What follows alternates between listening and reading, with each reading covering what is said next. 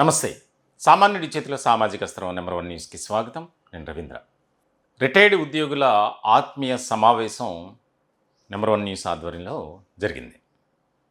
ఈ కార్యక్రమానికి ఉద్యోగులు అలాగే రిటైర్డ్ ఉద్యోగులతో పాటు కాంట్రాక్ట్ నర్సింగ్ ఉద్యోగులు కూడా పెద్ద ఎత్తున హాజరయ్యారు. వారి సమస్యలు మీరంతా విన్నారు లైవ్లో. ప్రభుత్వాలు పట్టించుకోకపోవటం వల్ల, ప్రభుత్వంలో ఉన్నటువంటి పెద్దల నిర్లక్ష్య ధోరణి వల్ల, అలసత్వం వల్ల వారు ఏ రకమైనటువంటి ఇబ్బందుల్లో ఉన్నారు, ఆవేదన వ్యక్తం చేస్తున్నారు అనేది స్పష్టంగా మనం చూసాం, అర్థం చేసుకున్నాం. మానవతా దృక్పథంతో ప్రభుత్వం ఆలోచన చేసి న్యాయం చేయండి అనేది సామాన్యుడి చేతుల సామాజిక అస్త్రం నెంబర్ 1 న్యూస్ ముఖ్యమైనటువంటి ఉద్దేశం. దానికి సంబంధించి నెంబర్ 1 మీడియా సంస్థల అధినేత మంచాల సాయి సుధాకర్ నాయుడు గారు ఈ కార్యక్రమాన్ని ఏర్పాటు చేయటం, తద్వారా ప్రభుత్వానికి నేరుగా మరింత సమగ్రంగా మనం తెలియజేసి వాటిని పరిష్కరించే దిశగా సామాజిక బాధ్యతగా మీడియాగా మనం కూడా ముందుండాలి అని చెప్పగానే దానికి సంబంధించి ఏర్పాట్లు చేసాం. కార్యక్రమం విజయవంతమైంది కదా, మనం అనుకున్నటువంటి లక్ష్యానికి మనం చేరుకున్నాం కదా అని మేము ఊరుకోవట్ల. దీనికి సంబంధించి ఆ సమావేశంలో మాట్లాడినటువంటి వారి ఆవేదనను, ఆక్రందనను, అసంతృప్తిని, నిరాశ, నిస్పృహ అన్నిటిని కూడా ప్రభుత్వానికి తెలియజేస్తున్నాం. ఇలాంటి సందర్భంలో కార్యక్రమం గురించి ఎంతోమంది కాల్స్ చేసి కామెంట్స్ రూపంలో వారి యొక్క సంతృప్తిని వ్యక్తం చేస్తున్నారు. ఇక్కడ మేము ముందే చెప్పాం, మా అభిమతం ఏ పార్టీని కించపరచాలి, రాజకీయ నాయకులను కానీ అలాగే ప్రభుత్వంలో ఉన్నటువంటి పెద్దలను బురద జల్లే ప్రయత్నం కాదు. దయచేసి మేము చేసే ప్రయత్నానికి అటువంటి మాకు అంట కట్టొద్దు. మా చైర్మన్ గారు ముందే చెప్పారు, కార్యక్రమం రేపనగా ముందు రోజే ఒక వీడియో రిలీజ్ చేశారు. దయచేసి మాకు ఏ పార్టీని ఆపాదించొద్దు, సామాన్యుడి కష్టాలు ఎక్కడ ఉంటాయో అక్కడే మేము ఉంటాం, చాలా క్లియర్ కట్గా చెప్పినటువంటి సందర్భం. ఇలాంటి క్రమంలో ప్రస్తుతం పనిచేస్తున్నటువంటి ఉద్యోగులు అలాగే రిటైర్డ్ ఉద్యోగుల ఆవేదన ఎంత అంత కాదు. ఉమ్మడి తూర్పుగోదావరి జిల్లా నుంచి వచ్చినటువంటి ఇప్పుడు ప్రస్తుతం పనిచేస్తున్నటువంటి ఉద్యోగి, ఆయన అయితే ఆ యొక్క వేదిక మీద కన్నీటి పర్యంతమయ్యారు. ఆయనకి జరిగినటువంటి అన్యాయంపై కంట్రోల్ చేసుకోలేకపోయారు. ఆయన చాలా బాధ అనిపించింది. నేనేదో చెప్తున్నానని కాదు, కావాలంటే ఆయన ఏం మాట్లాడారో చూడండి మీరే. నమస్తే అండి, నా పేరు పిజి రామకృష్ణ. ఈస్ట్ గోదావరి నుంచి వచ్చాం, రాజమండ్రి నుంచి వచ్చాం. మా సర్వీస్ అంతా కూడా రాజమండ్రి మత్స్య ప్రాంతాల్లో జరిగిందండి. నేను ఎంఏ చదువుకున్నాను. తర్వాత లా చదువుతుండగా నాకు సర్వీస్ కమిషన్లో నేను ప్రిలిమ్స్, మెయిన్స్, ఇంటర్వ్యూ కూడా చేసి ఒక ఐఏఎస్ లాగా ప్రిపేర్ అయితే ఈ జాబ్ వస్తే 89 బ్యాచ్ ఉన్నది. నేను సర్వీస్ అంతా కూడా అంటే పొలిటికల్గా చెప్పకూడదు, జక్కంపూడి రామ్మోహన్ రావు గారి కాన్స్టిట్యున్సీలోనే మొత్తం సర్వీస్ అంతా చేస్తామండి. చాలా ఎక్సలెంట్ సర్వీస్ చేస్తాం. వీడియోగా ఎన్నో వందల మందికి దారకమండి. మేలో రిటైర్ అవుతున్నాం, ఎంతో సర్వీస్ చేసామండి. గుర్తింపు లేదు. పంచాయతీరాజ్ డిపార్ట్మెంట్లో ఎంతో సర్వీస్ చేసామండి. అంత ఇంత సర్వీస్ కాదండి. పిల్లలు కూడా పెద్దలు అయిపోయారు, వాళ్ళ పక్షాన వాళ్ళు వెళ్ళిపోయారు. కోర్టు ఆర్డర్ ఇస్తే అది చింపేశారండి కళ్ళెదురుగా. తర్వాత కంటెంప్ట్కి వెళ్ళమన్నారు, అది చింపేశారు. పంచాయతీరాజ్ డిపార్ట్మెంట్ అంటే తాడేపల్లిలో ఉంటుందండి, అది తాడేపల్లి ప్యాలెస్ చేసేసారండి లాస్ట్ గవర్నమెంట్లో. తర్వాత ఈ గవర్నమెంట్ మారింది. యాజ్ ఇట్ ఈజ్ 14 నుంచి 24 వరకు 4 వందలాది మంది ఉన్నారు. సేమ్ వ్యధ వినేవాళ్ళు కానీ పట్టించుకునే వాళ్ళు కానీ లేరు. మేము కూడా ఇచ్చాం, ఎంతోమంది జనసేన వాళ్ళతో ఇచ్చాం, అన్ని పార్టీలతో ఇచ్చాం. ఏ మాత్రం ఉపయోగం లేదండి. ఎంతో వ్యర్థం. రేపు మేలో రిటైర్ అవుతున్నాం. ఏ ఆధారం కూడా లేదండి. మాకు ఏమి సంపాదించలేదు, ఉన్నాయన్నీ అమ్మేసుకున్నామండి. 4 ఇయర్స్ సస్పెన్షన్లోంచి ఈ పేద కాపు అని ఏజెన్సీకి తోసేసి అక్కడ కూడా ఉండవకుండా అక్కడ కూడా పోస్ట్ రద్దు చేసేసి అసలు ఎక్కడికి వెళ్ళాలో కూడా తెలియదు, ఎవరికి చెప్పుకోవాలో తెలియదండి. ఈయనది ఒంగోలు ఇష్యూ చదివి ఈయనది ఎలాగైనా కలుద్దామని వచ్చి చూడండి. గవర్నమెంట్ ఒక జీవో ఇస్తే ఒక క్యాస్ట్కి ఒకలాగా, ఒక క్యాస్ట్కి ఒకలాగా ఇప్పుడు జరిగేది. 257 జీవో అంటే ఛార్జెస్ ఉన్నా కూడా పోస్టింగ్ ఇవ్వమని ఇవ్వలేదు. అదే జీవో ఇస్తే ఒక క్యాస్ట్ వాళ్ళకి తీసుకొచ్చి రాజమండ్రిలో వేస్తే అతను ఒక 100 కోట్లు సంపాదించాడండి ఒక క్యాస్ట్ అయినా. అతను రాసిన రిపోర్ట్లు చల్లవు. అతన్ని రద్దు చేసిన పోస్టుని తీసుకొచ్చి అక్కడ కూర్చోబెట్టి అతన్ని మాలాగా ఫైనాన్స్ కంపెనీలు పెట్టుకున్నాడండి. అలాగ ఉందండి ఇప్పుడు పరిపాలన. గతం కూడా అంతే, ఇప్పుడు కూడా అలాగే ఉంది. ఏ మాత్రం కూడా అధికారుల్లో చేసిన వాళ్ళు చేస్తున్నారు, నిర్లక్ష్యంగా ఉన్న వాళ్ళు ఉంటున్నారు, అవినీతి చేసిన వాళ్ళు చేస్తున్నారు. దయచేసి నా కోర్టు కేసుల ద్వారా మా పంచాయతీరాజ్ డిపార్ట్మెంట్లో ప్రక్షాళన చేసి నాలాగా వందలాది మంది ఉన్నారండి, వాళ్ళకి న్యాయం చేయకొస్తారని ఆశిస్తూ కోరుతున్నాను. మీ పేరే ఉన్నారు? నా పేరు రామకృష్ణ. రామకృష్ణ గారు, ఇప్పుడు మీకేంటి, మిమ్మల్ని సస్పెండ్ లో ఉన్నారా మీరు? లేదు సార్, 4 years తర్వాత కోరగా అది మేనేజ్ చేస్తే ఇచ్చారు సార్. స్థలం కానీ పొలం కానీ లంచం అడిగారండి, ఇవ్వలేకపోయాను. మీ బాధ సూటిగా చెప్పండి, మీకు ఏం కావాలి ఇప్పుడు? నాకు ఇప్పుడు నేను పెట్టిన సంతకాలకి నన్ను కట్టేమంటున్నారు సార్ డబ్బులు. అవన్నీ అదే అయితే ఇప్పుడు గవర్నమెంట్లో ఉన్న వాళ్ళు ఇప్పుడు నాకు ఎవరైతే నన్ను సస్పెండ్ చేశారో అతను 1200 కోట్లకి సంతకాలు పెట్టాడండి. అతను కట్టేటట్టు అయితే నేను కడతాను సార్. అది ఆయన పరిస్థితి. కోర్టుల చుట్టూ తిరిగినా, అధికారుల చుట్టూ తిరిగినా ఏమాత్రం ఆయనకి న్యాయం జరగట్లా. ఇలా ఎంతోమంది ప్రస్తుతం పనిచేస్తున్నటువంటి ఉద్యోగుల పరిస్థితి. నిజంగా ఆయన ముందుకు రావటం, ఆయన బాధను, ఆవేదనను చెప్పడం అనేది చాలా చాలా శుభ పరిణామం. ఆయన్ను టార్గెట్ చేస్తారేమో అని నాతో ముందు మాట్లాడారు. సార్, నా ఆవేదనను చెప్తాను, నన్ను టార్గెట్ చేసినా పర్లేదు, నన్ను చంపేసినా పర్లా, నా ఉద్యోగం పోయినా పర్లా, కానీ నాలాంటి పరిస్థితి ఏ ఉద్యోగికి రాకూడదు. నేను చనిపోయినా పర్లా, ఎలాగో చనిపోతా. వారు పెట్టేటువంటి మెంటల్ టార్చర్కి నేను ఎప్పుడు చనిపోతానో, నా గుండె ఎప్పుడు ఆగిపోతుందో తెలియనటువంటి పరిస్థితి అని ఆవేదన వ్యక్తం చేశాడు. ఆ కార్యక్రమం ముందు, ఆయన మాట్లాడే ముందు నాతో మాట్లాడారు. చాలా బాధ అనిపించింది. మేము ధైర్యం చెప్పాం, సార్ అది వద్దు, మనం సమస్యను పరిష్కరించుకునే దిశగా మీ వెనుక మేము ఉన్నాం అని చెప్పాం. ఇలా ఒక్కొక్కరి ఆవేదన వర్ణనాతీతం. రిటైర్డ్ ఎంప్లాయీస్ కొంతమంది వచ్చారు, వారికి గ్రాట్యుటీ కానీ, జీపీఎఫ్ కానీ, రిటైర్ బెనిఫిట్స్ ఏది కూడా అందల. వారు ఆవేదన వ్యక్తం చేస్తున్నారు. ఎందుకు ఈ ప్రభుత్వాలు, పాలకులు ఇలాంటి నిర్ణయాలు తీసుకుంటున్నారు అని. వారి ఆవేదన ఇంత అంతా కాదు. ఈ కార్యక్రమం ద్వారా ప్రభుత్వం స్పందించి, కూటమి ప్రభుత్వం రాష్ట్ర ప్రజలకు అనేక సంక్షేమ పథకాలు ప్రవేశపెడుతుంది, అమలు చేస్తుంది, అనేక రకాలుగా డెవలప్మెంట్ యాక్టివిటీస్ చేస్తుంది. కూటమి ఎన్నికలకు ముందు ఇచ్చినటువంటి హామీలను, వాగ్దానాలను నెరవేర్చండి మేము చెప్తున్నాం. వారు పెండింగ్లో ఉన్నటువంటి బకాయిలు రిలీజ్ చేస్తే వైద్యం చేయించుకోవడానికి వారి కష్టాలు, నష్టాలు, బాధలు అన్నీ కూడా తీరుతాయి. మరి ఎందుకు స్పందించట్లేదు అనేది వారు ఏ రకం, ఒక్కొక్కరిది ఒక్కొక్క ఆవేదన, బాధ, కష్టం. ఒకసారి మీరు కూడా వినండి మరొకసారి. సభాశీస్సులైనటువంటి తోటి ఉద్యోగ మిత్రులకు సాయి సుధాకర్ నాయుడు గారికి ధన్యవాదాలు తెలుపుకుంటూ, నా పేరు కోటి నాగులు. నేను పోలీస్ డిపార్ట్మెంట్లో 38 సంవత్సరాల 5 నెలల్లో ఉద్యోగం చేశాను. 2016 జూన్ నెలలో రిటైర్ అయ్యాను.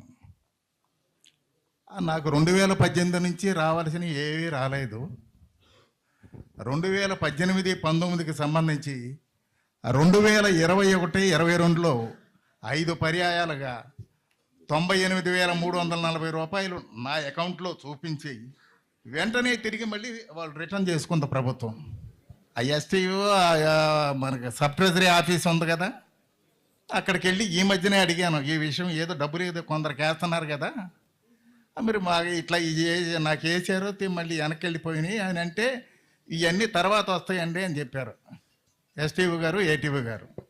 ఇప్పుడు నాకు ఈ ప్రోగ్రాంకి రావాలని చాలా ఉత్సుకతతో ఉన్నాను సార్. నాకు నిన్న మధ్యాహ్నం సడన్గా హెల్త్ ప్రాబ్లం వచ్చి ఆ పూర్ణ కార్డియాక్లో అడ్మిట్ అయ్యా వెళ్ళి.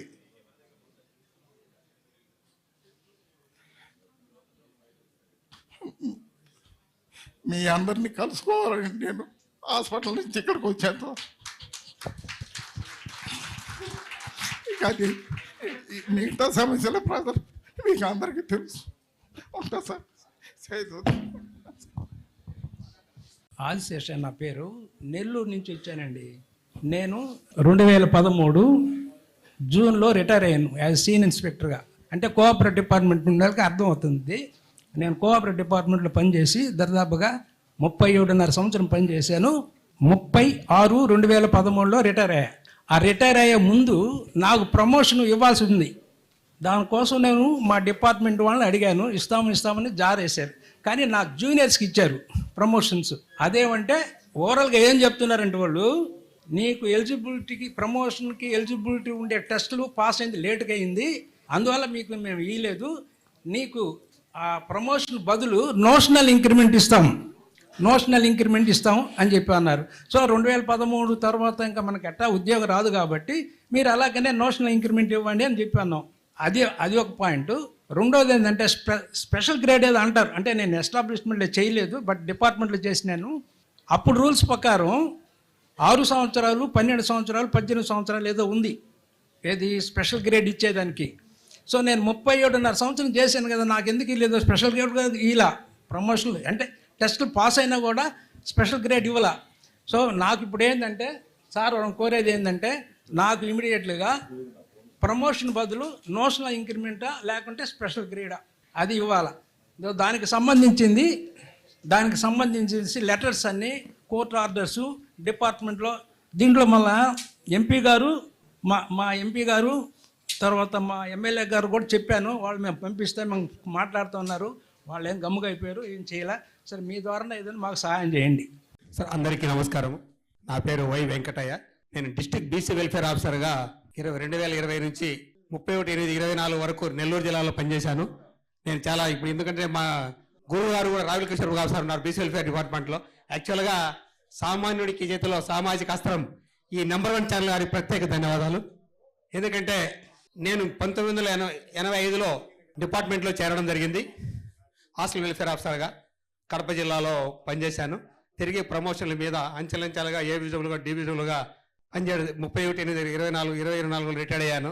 వసతి గృహాలు మనకందరికీ తెలుసు. ఎందుకంటే విద్య ఏదైతే ఉందో ప్రభుత్వం నిజంగా వసతి గృహాల మీద ప్రత్యేక శ్రద్ధ పెట్టాలి. ఎందుకంటే మన మినిస్టర్ గారు కూడా ఎస్సీ వెల్ఫేర్లో పనిచేశారు సార్ ద్వారా. వసతి గృహాలు నిజంగా ఈరోజు పరిస్థితి ఎట్లుందంటే ప్రభుత్వం పాలకులు పట్టించుకోవడం లేదు. వసతి గృహాల మీద, జైళ్ళ మీద ఉండే శ్రద్ధ, అన్నా క్యాంటీన్ల మీద ఉండే శ్రద్ధ వసతి గృహాల మీద లేదు. వసతి గృహ వార్డన్లు 2 పోస్టులు 3 పోస్టులు ఇన్ఛార్జ్ చేస్తున్నారు. చాలా బాధాకరమైన పరిస్థితి.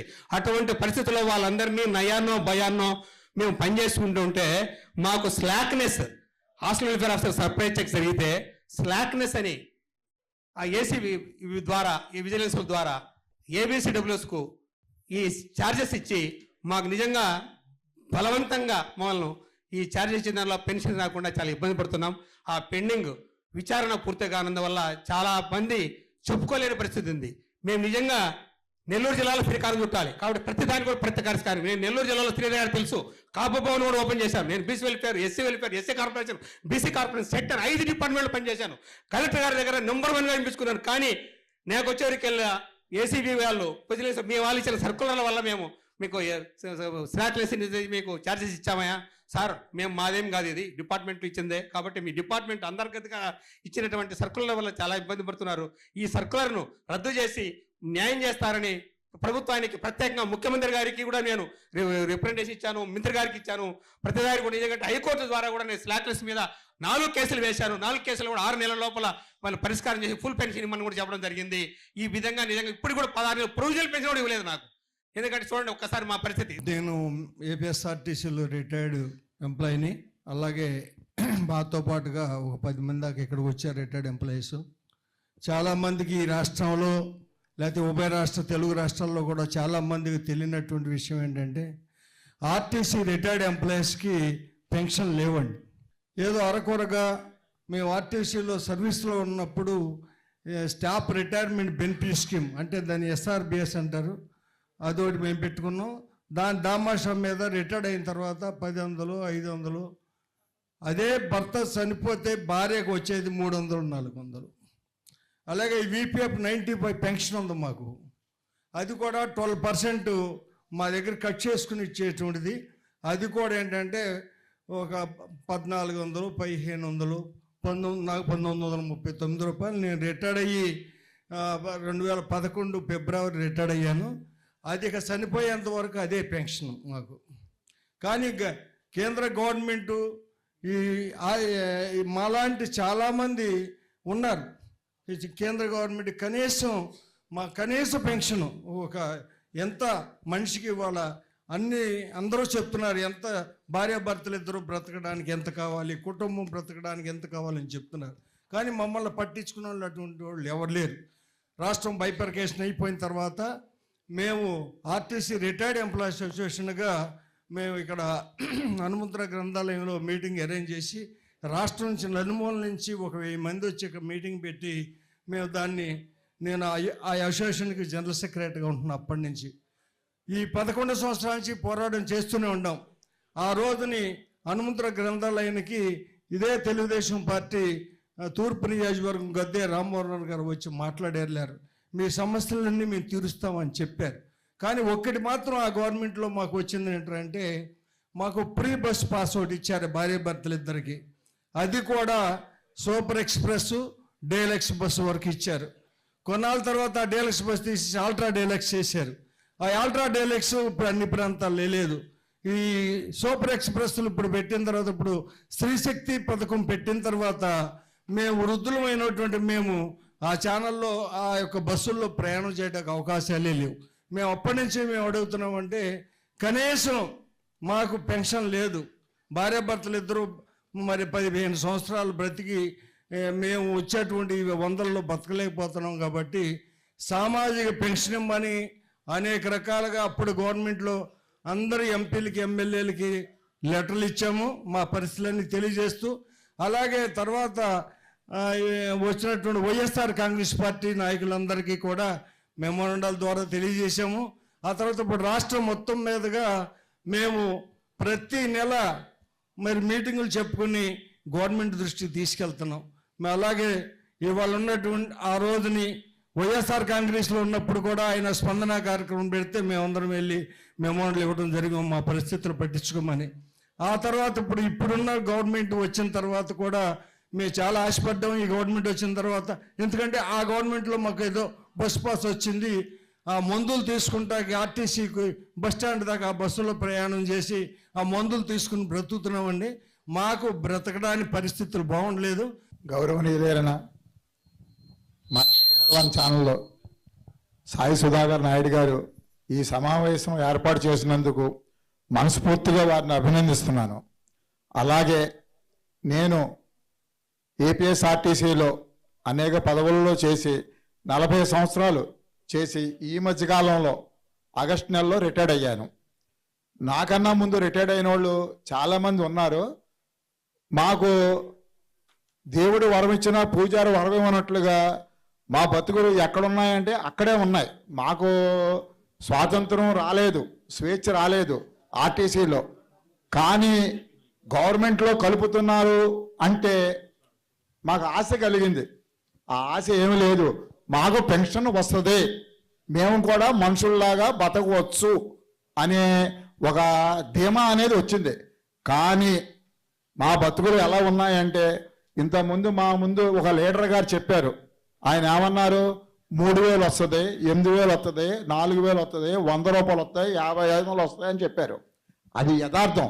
ఇవాటికి కూడా 10 సంవత్సరాల క్రితం 15 సంవత్సరాల క్రితం రిటైర్డ్ అయిన కార్మికులందరూ కూడా 300, 200, 400. నేను కూడా ఒక యూనియన్లో రిప్రజెంటేషన్ చేసినప్పుడు రాజశేఖర రెడ్డి గారు ముఖ్యమంత్రిగా ఉన్నప్పుడు నేషనల్ మజ్దూర్ తరపున మాలో రిటైర్డ్ అయిన కార్మికులకు కూడా పెన్షన్ ఏర్పాటు చేయండి, తెల్ల రేషన్ కార్డు ఇప్పించండి, రాయితీలు గవర్నమెంట్ ఎంప్లాయీ అని మాకు ఇవ్వటం లేదు అని మేము రిక్వెస్ట్ చేస్తే ఇస్తామని చెప్పారు. ఆయన పరమపదించారు. తర్వాత అనేక ప్రభుత్వాలు మారినాయి. మా బతుకులు ఎక్కడేసినాయి అంటే అక్కడే ఉన్నాం. మేము ఎక్కడేసిన గొంగలు అంటే అక్కడే ఉన్నాం. ప్రజెంట్ మాకు వచ్చే రాయితీలు అన్నీ కూడా గవర్నమెంట్లో కలిపారు అని చెప్పి ఏ రాయితీ ఎలిజిబుల్ చేయట్లా రిటైర్డ్ అయిన వారికి. మాకు రిటైర్డ్ అయితే మందులు ఇచ్చేవారు, మందులు ఇవ్వటం లేదు. ఈహెచ్ఎస్ కార్డు ఇచ్చామంటున్నారు. ఈహెచ్ఎస్ కార్డు కోసం హాస్పిటల్కి వెళ్తే అసలు మీరు మీ బతుకున్నట్లు మా లెక్కల్లో లేరురా బాబు అని చెప్తున్నారు వాళ్ళు. మీకు ఏదైనా ఓపిక ఉంటే మీరు ట్రీట్మెంట్ చేయించుకోండి, తర్వాత చూసుకోండి. మీకు ఏదైనా లావాదేవీలు ఉంటే డబ్బులు ఏందే మేము వైద్యం చెయ్యం. కానీ మా ఆర్టీసీలో పగలనక రాత్రనక కష్టం అనక నిష్ఠూరం అనక వర్షం అనక ఎండలనక అహర్నిశలో ప్రజల కోసం ఎక్కువగా కష్టపడ్డ వ్యక్తుల్లో మేము ఒకళ్ళం. మాకు ఆరోగ్యాలు చాలా తక్కువ. అవన్నీ కూడా రిటైర్డ్ అయిన తర్వాత బయట వేస్తాయి. మాలో 90% చాలా అధ్వానంగా ఉన్నారు సార్. ఈ సమావేశం ఏర్పాటు చేయడానికి 3 నెలల క్రితం మొట్టమొదటిగా రవీంద్ర గారు మాట్లాడేటప్పుడు ఆయన కింద నెంబర్ చూసి మొట్టమొదటిగా ఫోన్ చేశాను నేను. ఆయన చాలా ఆత్మీయతగా ఒక తండ్రి బిడ్డ మాట ఎలా వింటాడో ఆ విధంగా ఎన్నిసార్లు చెప్పినా చెప్పండి మీ సమస్యను మేము పై వరకు తీసుకెళ్తాం, మా అధినేత వరకు తీసుకెళ్తాం అని చెప్పని అన్నందుకు ఆయనకి రవీంద్ర గారికి ఈ సభ తరపున ప్రత్యేక ధన్యవాదాలు తెలుపుకుంటున్నామండి. నా పేరు విఏ విజయ్ కుమార్ అండి. 24 సెప్టెంబర్లో ఎంపీడీఓగా చేసి రిటైర్ అయ్యాను. మీకు 2 విషయాలే చెప్తాను. 2013కి ముందు రిటైర్ ఎంప్లాయ్ ఎలా ఉండేవాడు, 2014 నుంచి రిటైర్మెంట్ ఎంప్లాయ్ ఎలా ఉంటున్నాడు అనేది 2 విషయాలే మాట్లాడతాను. నేను జిల్లా పరిషత్లో 80 ఏళ్ళు టైపిస్ట్గా జాయిన్ అయ్యాను. 2013 వరకు జిల్లా పరిషత్ ఎంపీడీఓ అటెండర్ కాడి నుంచి ఎంపీడీఓ రిటైర్ అయ్యే రోజున జిల్లా పరిషత్ నుంచి పిఎఫ్ చెక్ గిఫ్ట్గా ఇచ్చేవాళ్ళు. తెల్లారి ఆ రిటైర్మెంట్ ఎంప్లాయ్ బ్యాంక్ వెళ్ళి మార్చుకునేవాడు. మరి అదేవిధంగా 2013కు ముందు ఎన్కాష్మెంట్ ఎరెండ్ లీవ్ కానివ్వండి, గ్రాట్యుటీలు కానివ్వండి, ఇవన్నీ కూడా 1 నెలలో అయిపోయాయి. మరి 2014 నుంచి ఎందుకు అవ్వట్లేదని అంటే 2014 నుంచి సిస్టమ్ మార్చారు. సిఎఫ్ఎంఎస్ అని ఓ సిస్టమ్ పెట్టారు, కాంప్రహెన్సివ్ ఫైనాన్స్ మానిటరింగ్ సిస్టమ్ అని. దాంట్లో పెట్టిన తర్వాత జిల్లా పరిషత్ నుంచి రిటైర్ అయిన ఎంప్లాయీ పిఎఫ్ రావడానికి కూడా సంవత్సరాల తరబడి లేట్ అవుతుంది. ఇప్పుడు రిటైర్మెంట్ ఎంప్లాయీస్ ఎంతమంది వచ్చారంటే, నేను ప్రభుత్వ బాధ్యతలు కాదండి, వీళ్ళంతా సిఎఫ్ఎంఎస్ బాధ్యతలు. ఆ సిఎఫ్ఎస్ వల్లే ఈ గ్రాట్యుటీ కానీ ఎన్కాష్మెంట్ ఎరెండ్ లీవ్ కానీ సర్వీసులో ఉన్నప్పుడు 2021లో పెట్టిన ఎరెండ్ లీవ్ ఇంతవరకు కొంతమంది పడలేదు. నా విషయానికి వస్తే ఎంపీడీగా ప్రమోషన్ వచ్చిన తర్వాత ప్రమోషన్ పే మీద 2023 ఆగస్టులో నేనే ఎరెండ్ లీవ్ 4 రోజులు నేనే ఏలు ముద్ర వేశాను, ఇంతవరకు లేదు.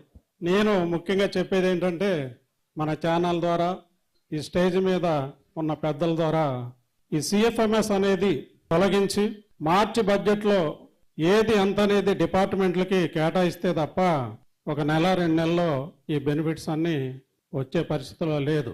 ఈ సిఎఫ్ఎంఎస్ ఉన్నంతకాలం ఇలా మనం బాధలు పడాల్సిందే, ఎదురు చూడాల్సిందే. నాకు ఇంకా నేను దాచుకున్న పిఎఫ్ఏ సంవత్సరంన్నరకి 15 లక్షలు పడినాయి. సంవత్సరంన్నర తర్వాత నాకు ఇంకా గ్రాట్యుటీ రావాలి, డిఏ ఏరియర్స్ రావాలి, ఎన్కాష్మెంట్ ఎరెండ్ లీవ్ రావాలి. ఈ 3 కలిపితే 37.5 లక్షలు నాకు రావాలి. నేను ఛానల్ వారికి దయచేసి నేను కోరేది ఒకటే, ఇవన్నీ కూడా బెనిఫిట్స్ రావాలంటే ఆ సిఎఫ్ఎంఎస్ అనేది అది కాకుండా మార్చి బడ్జెట్లో ఎంప్లాయీస్కి బడ్జెట్ కేటాయించిన రోజునే ఇవన్నీ కూడా 2-3 నెలల్లో మనకు అందుతాయి తప్ప మనం సిఎఫ్ఎంఎస్ అది ఉన్నంతకాలం కూడా మనం ఈ విధంగా ఎదురు చూడాల్సిందే, చేయాల్సిందే. కాబట్టి ఆ విధంగా ప్రయత్నం చేయాలని నాకు అవకాశం ఇచ్చిన ఛానల్ వారికి మరొకసారి ధన్యవాదాలు తెలియజేసుకుంటూ విరమిస్తున్నాను. ఇదండి పరిస్థితి. దయచేసి మా విన్నపం కూటమి ప్రభుత్వానికి మేము నివేదించుకుంటున్నాం, ప్రాధేయపడుతున్నాం. రిటైర్డ్ ఉద్యోగులు, ప్రస్తుత ఎంప్లాయీస్, కాంట్రాక్ట్ నర్సింగ్ ఉద్యోగుల కష్టాలను తీర్చడానికి కూటమి ప్రభుత్వం నడుము బిగించాలి. మేము అదే కోరుకునేది. మేము ఎవరిని కూడా టార్గెట్ చేసి మాట్లాడట్లా. ఏ సమస్య వచ్చినా సామాన్యుడి చేతిలో సామాజిక అస్త్రం నెంబర్ 1 న్యూస్ ముందుంటుంది. ఎన్నో సమస్యలపై అలుపెరగని పోరాటం చేశాం, పరిష్కారం లభించింది. అలాగే ఈ అంశాలను కూడా మేము తీసుకున్నాం. కాబట్టి కూటమి ప్రభుత్వం ఇప్పటికైనా స్పందించి వారికి న్యాయం చేసే దిశగా ఒక ప్రణాళికను సిద్ధం చేయాలి. వారేమీ గొంతెమ్మ కోరికలు కోరడం లేదు. వారికి రావాల్సినటువంటి బకాయిల్ని మాకు ఇప్పించండి మహాప్రభు, మాకు ఉద్యోగ భద్రత కల్పించండి, మా పోస్టులను రెగ్యులరైజ్ చేయండి. ఎన్నో ఏళ్ళుగా కాంట్రాక్ట్ పద్ధతిలో మేము చేస్తున్నాం. వీక్ ఆఫ్లు లేక, సెలవులు లేక, రెస్ట్ లేక ఫ్రంట్ వారియర్స్గా మేము ఉన్నాం, మెడికల్ డిపార్ట్మెంట్లో పనిచేస్తున్నాం అని కాంట్రాక్టర్ నర్సింగ్ ఉద్యోగుల ఆవేదన. మరోపక్క బకాయిలు లక్షల్లో పెండింగ్ పెట్టి ప్రభుత్వం మానసికంగా, శారీరకంగా హింసిస్తుంది. మా చైర్మన్ మంచాల సాయి సుధాకర్ నాయుడు గారితో కొంతమంది మాట్లాడినప్పుడు ప్రభుత్వం ఇచ్చేటువంటివి మాకు అందేసరికి మేము ప్రాణాలతో ఉండం సార్ అని ఆవేదన వ్యక్తం చేస్తున్నారు. మేము ప్రజాసేవ చేయటం, ప్రభుత్వ ఉద్యోగిగా మేము ఉండటం మేము చేసినటువంటి పాపమా, అందుకే మాకు ఈ శాపమా అని ఆవేదన వ్యక్తం చేస్తున్నారు. కన్నీటి పర్యంతం అవుతున్నారు. దయచేసి ఇప్పటికైనా స్పందించండి. వారి పక్షాన ఒక కీలకమైనటువంటి నిర్ణయం తీసుకొని వారి బాధలను తీర్చడానికి ముందుకు రావాలని సామాన్యుడి చేతిలో సామాజిక స్తరం నెంబర్ 1 న్యూస్ తరపున మరొక్కసారి మీకు నమస్కారాలు తెలియజేస్తున్నాం. ప్రాధేయపడుతున్నాం, వేడుకుంటున్నాం, రిక్వెస్ట్ చేస్తున్నాం. అందరి కష్టాలను తీర్చేటువంటి కూటమి ప్రభుత్వం మరి ఉద్యోగులు, రిటైర్డ్ ఉద్యోగులు, కాంట్రాక్ట్ నర్సింగ్ ఉద్యోగులు వారి సమస్యలను కూడా తీర్చి మరింతగా ప్రజా మద్దతును, ప్రజా ఆదరణను, ప్రజాభిమానాన్ని సంపాదించుకోవాలని మేము కూడా కోరుకుంటున్నాం. ఈ టాపిక్పై మీ విలువైనటువంటి అభిప్రాయాలను కామెంట్ రూపంలో తెలియజేయండి. దయచేసి మా ఛానల్ని సబ్స్క్రైబ్ చేసుకోండి. Thank you.